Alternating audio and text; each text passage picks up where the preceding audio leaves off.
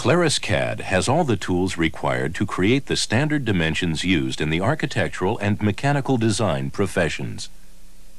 These here are the linear dimension tools. First, there is a tool to do ordinary linear dimensions. Notice that there are two methods that go with this tool. Second, there is the chain dimension. And third, the datum dimension. The chain and datum dimensions have only one method of drawing each. This is the angular dimension tool, and it has two methods of drawing. These are the circular dimension tools with diametral dimensions, radial dimensions, and a special tool for creating the circle centers used so often in dimensioning. Circular dimension tools have only one method of drawing each. Claris CAD dimension tools dimension objects automatically, and you can edit the way the dimension is displayed. Let's see how this is done. Let's say you need to dimension the upper side of this rectangle with an ordinary linear dimension. To do this, you simply select the linear dimension tool, and this method here, which shows you that the dimension can be dragged out from the line. Now you drag from the side you wish to dimension. Notice that the dimension automatically finds the length you need to dimension, and that there is an image of the dimension as you drag. The dimension text will be placed where you release the mouse, so you can place it right here to start with. When you release, the dimension automatically appears. At any time, you can reposition the dimension text by first selecting the dimension and then dragging the text to a new position. For example, the dimension can be placed either inside or outside the witness lines. The dimension is just like any other object, and you can move it and delete it in the usual way. Now let's dimension this side of the rectangle. Notice how the dimension is made parallel to the line it is dimensioning. You can change that by pressing Shift.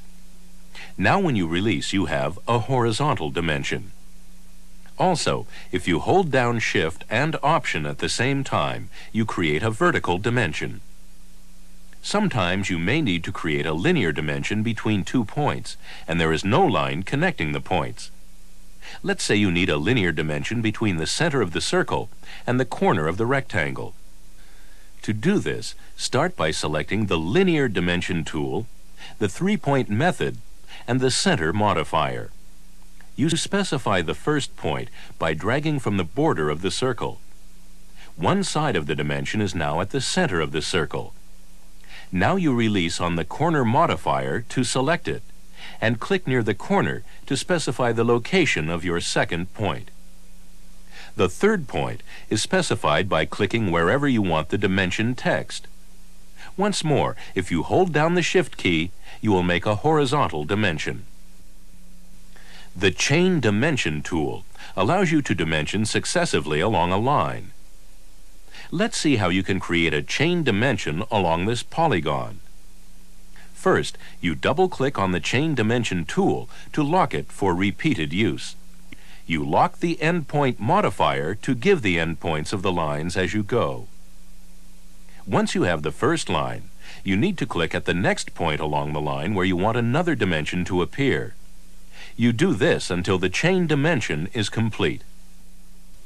Datum dimensions are created in a similar way. Only this time, when you click, the datum dimension is created. Now let's see how you can create the angular dimension between these two lines. First, you select the Angular Dimension tool. There are two methods for drawing angular dimensions. With this method, you drag from one line and release on the other. Now you position the image of the dimension and click where you want the dimension text to appear. If you want to, you can place the dimension outside the two lines. With this method, you begin by dragging from the intersection of the two lines. Using the intersection modifier to find the intersection is helpful. Now you need to specify the two lines the angle must go between. You can use the Point On modifier to find these lines exactly. So now you click on one line and notice how the circle is formed as you move to the next line. Now you click on the next line, and all that remains for you to do is to click where you want the dimension text. Now you can drag on the text to position it better. The diametral dimension tool will give you the diameter of a circle. To use it, you select the diametral dimension tool, and since there is only one method, you go immediately to placing the dimension. You just drag from the border of the circle you wish to dimension, then position the dimension and release where you want the dimension text. The radial dimension tool works in exactly the same way, only it gives you the radial dimension. Creating a circle center line is done by selecting the circle center tool and then clicking once on the border of the circle requiring the center line. When Show Dimensions is selected from the Layout menu, the Dimensions window is opened. The Dimensions window allows you to make choices about the way you want the dimensions to appear. Let's see how it is used. First, select the dimension you want to specify. Then you can make choices in the Dimensions window. For example, you can deselect the arrows inside box to place the arrows outside the witness lines. Selecting Center Text will place the dimension text in the exact center of the dimension line.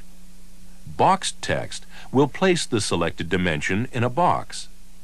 For diametral and radial dimensions, you can specify how you want the leader line to appear. You can have the leader appear left, right, or you can have none at all.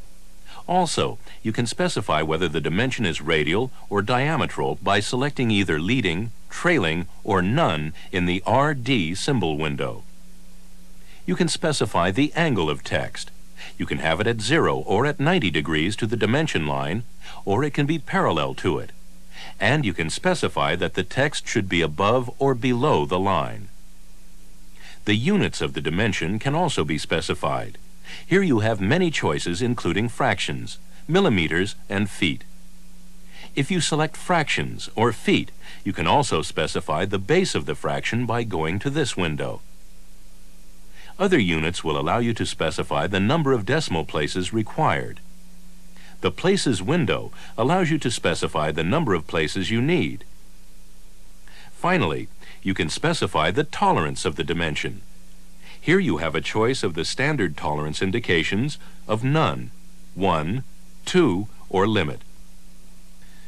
If you select 1, an extra window appears below with the default tolerance of 5 thousandths. You can select this window and type in the tolerance of your choice. The tolerance will then appear in this way. If you select 2, the positive and negative tolerance values can be specified separately by entering values into the first value and second value windows. The 2-value tolerance will be displayed like this. Choosing Limit will display the tolerance values like this. The current settings in the Dimensions window will be active for all newly created dimensions.